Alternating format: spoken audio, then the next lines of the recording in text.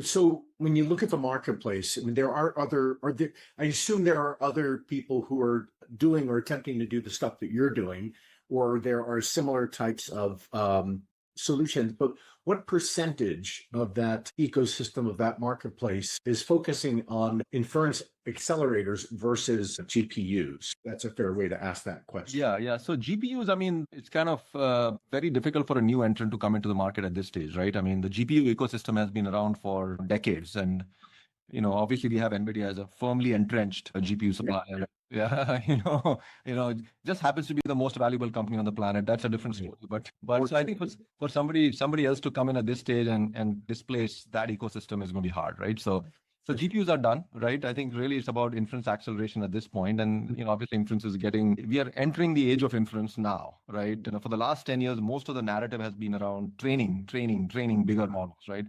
As we go into the next 10 years, it's going to be about, okay, let's learn to deploy AI. Let's get an ROI. Let's talk about efficiency. Let's talk about how do we run this stuff? How do we make it useful to people?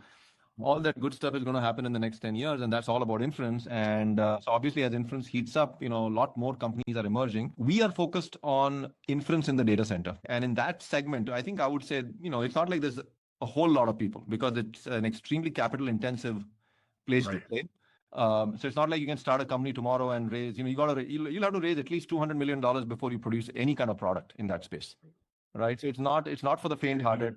Yeah, and it's going to be a decade. And it's going to be a decade before you really find a foothold in the market and whatnot, right? So I think it's not for the faint-hearted, and not everyone can do it. And so I think just by process of selection, that segment has less competition.